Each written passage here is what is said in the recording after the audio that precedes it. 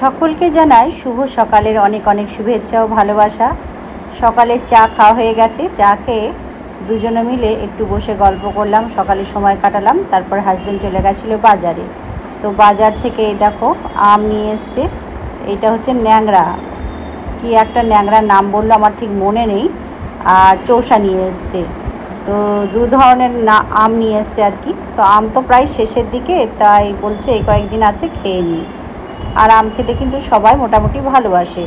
ওইদিকে দুধ, brown bread নিয়ে এসছে। আর এখানে কলা, এই যে গাঁটি কচু, করলা, ঘি করলা, মিষ্টি কুমড়ো এসব নিয়ে এসছে। করলা অনেক দিন খাওয়া হয়নি, তাই বললাম আজকে একটু করলা নিয়ে এসো। আর পেয়ারা নিয়ে এসছে। তো এই সবজি আর কলমি শাক নিয়ে এসছে। তো এগুলো সব বার করে রাখলাম ব্যাগ থেকে। তারপরে ভালো করে জল দিয়ে ধুয়ে জল ঝরাতে দেবো। আর এদিকে দেখো রান্নাঘরে চলে এসেছি। কি মাছ নিয়ে এসছে চলো তোমাদের দেখাই। তো দেখো আজকেও কিন্তু ইলিশ নিয়ে এসছে। বললো বাজারে আজ ভালোই ইলিশ উঠেছে, তাই ইলিশ নিয়ে এলাম। প্যাকেটটা দেখে আমি বুঝতে পেরেছি, ঠান্ডা লাগলো। তো আমাকে বলছে দেখো কি নিয়ে এসছি, তোমার পছন্দের মাছ। তো আমি বললাম কি ইলিশ? তো বলছে তুমি দেখোই না। তো আমি আন্দাজে বলেছিলাম, ঠিকই বলেছিলাম।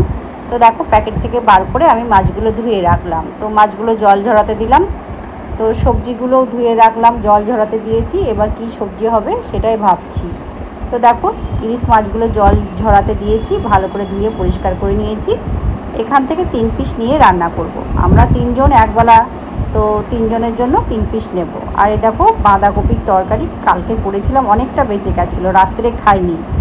তো সেটাই সকালে মুড়ি দিয়ে খাবো। ফ্রিজে রেখে দিয়েছিলাম, গরম করলাম। তো হাজব্যান্ডকে 2টো নারকেল নাড়ু দিলাম, একটু মিষ্টি খেতে পছন্দ করে। তো ফ্রিজে মিষ্টি নেই, নাড়ু দিলাম। আর এই দেখো দুধটা একটু ক্ষীর করে মেরে নিয়েছিলাম। দুধটা বসিয়ে দিয়েছিলাম গ্যাসের ওভেনে, মনে ছিল না, তো ফুটে মরে গেছিলো। তো একটু চিনি দিয়ে ক্ষীর করে দিলাম। আর এই দেখো তরকারিটা মুড়ি দিয়ে খেয়ে নেব দুজনে মিলে। আর ছেলে তো মুড়ি খায় না, তো আমরা দুজনে মিলেই খাবো। আর এই দেখো দুধের প্যাকেটটা, এটা ফ্রিজে ছিল, বার করলাম। দুধের প্যাকেটটা আমি কেটে বসিয়ে দিলাম। তো গ্যাসের ফ্লেমটা একদম লো করে দেব। তো আমাদের জলখাবার খেতে খেতে দুধটা প্রায় হয়ে যাবে, ফুটতে শুরু করবে। সেই জন্য দুধটা আমি বসিয়ে দিলাম।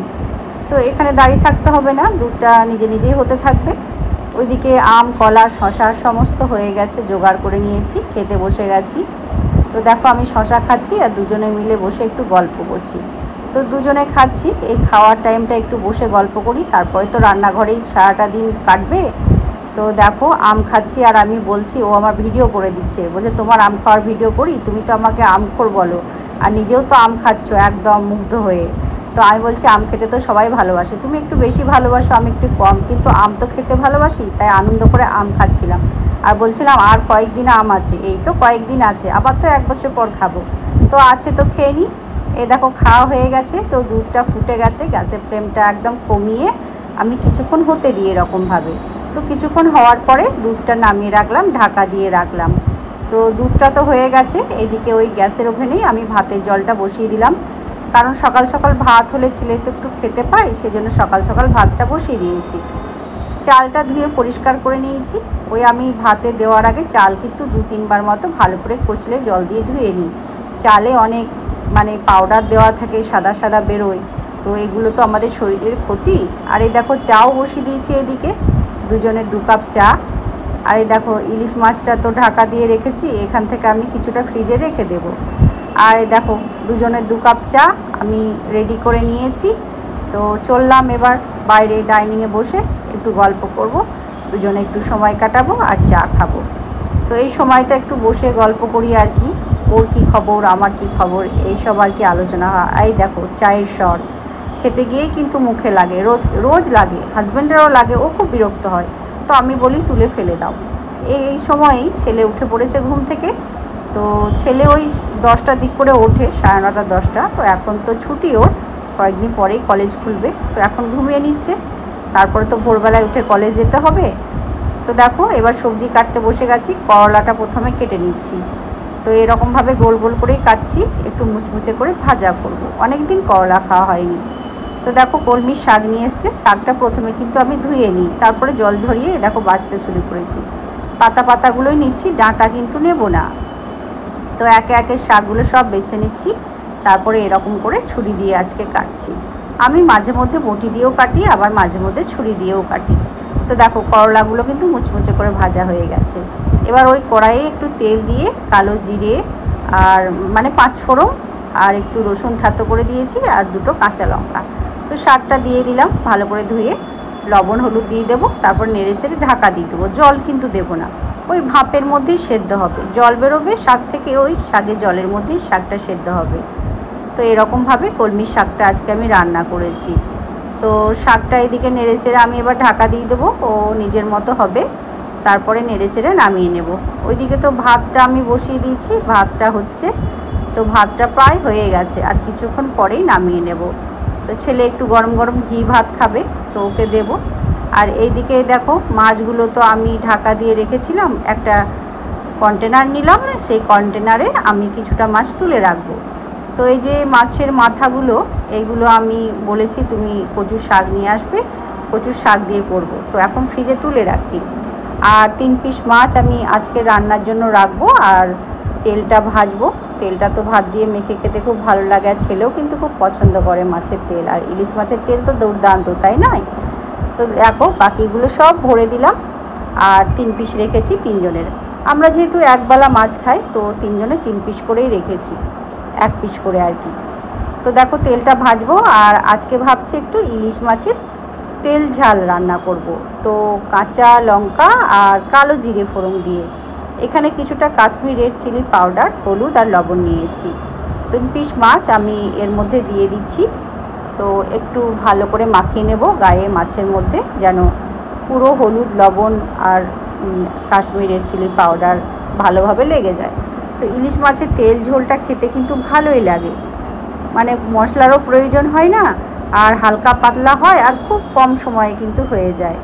তো মাছগুলো দেখো ভালো করে হাত দিয়ে কিন্তু আমি মাখিয়ে নিচ্ছি, যেন পুরো গায়ে লেগে যায়। তো মাছগুলো তো মাখানো হয়ে গেছে, এটা আমি রেখে দিচ্ছি। এদিকে একটা মশলা রেডি করলাম, হলুদ লবণ আর একটু কাশ্মীর রেড চিলি পাউডার দিলাম কালারের জন্য। আর এই কাশ্মীর রেড চিলি পাউডারটা দিলে কি হয়, কালারটা খুব সুন্দর আসে, দেখতেও ভালো লাগে, খেতেও ভালো লাগে। আর শুকনো লঙ্কার গুঁড়ো কিন্তু আমরা খাই না। তো এদিকে তেলটা গরম হয়ে গেছিলো, সর্ষের তেলে ইলিশ মাছের রেসিপিটা করছি। প্রথমে ইলিশ মাছের তেলটা আমি ভেজে একটা বাটিতে তুলে রাখছি, এটা ভাত দিয়ে খাওয়া যাবে। আর বাকি তেলে আমি মাছের রেসিপিটা করব। ওই গরম তেলে দিয়ে দিলাম 1/2 চামচ মতো কালো জিরে ফোড়ন, আর দিয়ে দেবো 3-4টে মতো কাঁচা লঙ্কা। যে যেরকম ঝাল খাবে সেরকম ঝাল দিতে হবে, আমরা খুব বেশি ঝাল খাই না, তাই ওই 3টে মতো দিয়েছিলাম, বড় সাইজের লঙ্কাগুলো ছিল। তো একটু ভাজা হয়ে গেছে ফোড়নটা, এবার ওই 3 পিস মশলা মাখানো মাছ, মানে হলুদ লবণ মাখানো মাছটা আমি এই তেলের মধ্যেই দিয়ে দিচ্ছি। তো ওই হালকা করে ভাজবো, খুব বেশি কিন্তু ভাজবো না, ইলিশ মাছ বেশি ভাজলে কিন্তু টেস্টটা নষ্ট হয়ে যায়। তো 1 পিঠ হয়ে গেছে, আর 1 পিঠটা আমি বসিয়ে দিলাম। তো এপিঠ ওপিঠ 2 পিঠই আমি হালকা করে ভেজে নেব।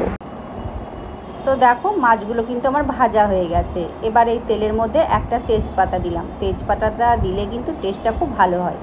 এবার ওই গুলে রাখা মশলাটা, একটু জিরে গুঁড়ো দিয়েছিলাম ওর সঙ্গে, সামান্য জিরে গুঁড়ো, হলুদ লবণ আর একটু কাশ্মীরের চিলি পাউডার, তো দিয়ে একটু নেড়ে চেড়ে মশলার সঙ্গে মিশিয়ে নিচ্ছি।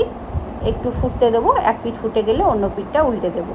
তো 2 পিঠে এরকমভাবে একটু মশলার সঙ্গে ফুটিয়ে নিলাম। তারপরে আমি ওই পরিমাণ মতো জল দেবো, ওই বাটি 1.5 বাটি মতো জল দিলাম। এই ইলিশ মাছের তেল ঝোলের রেসিপিতে কিন্তু একটু জল বেশি পরিমাণেই লাগে। ঢাকা দিয়ে ফুটতে দিলাম।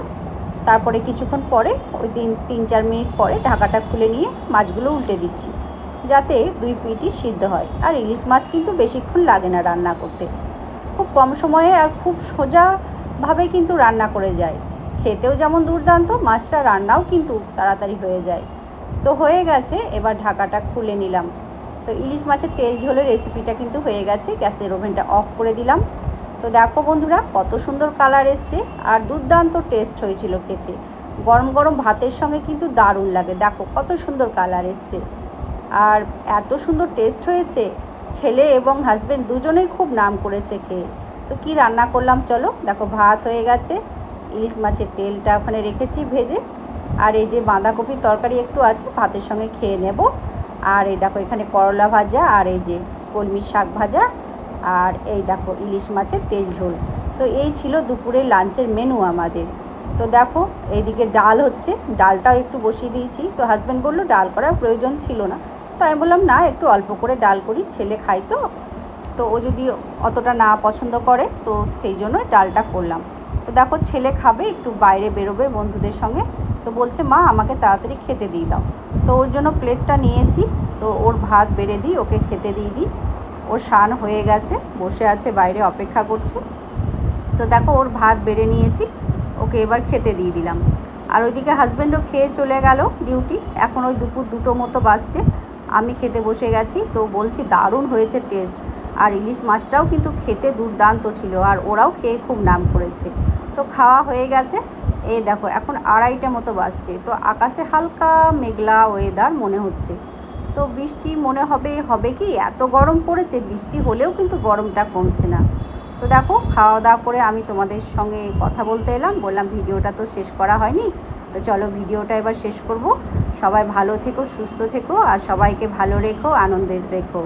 তো আমার ভিডিওগুলো কেমন লাগছে অবশ্যই কমেন্ট করে জানাবে, আর ভালো লাগলে ভিডিওটি ছেড়ে যাওয়ার আগে অবশ্যই একটা লাইক করবে, আর নতুন বন্ধুরা অবশ্যই আমার চ্যানেলটি সাবস্ক্রাইব করে নেবে, ফলো করে নেবে। তো আবার আসবো অন্য কোনো দিন অন্য কোনো ভিডিওর সাথে। চলো টাটা।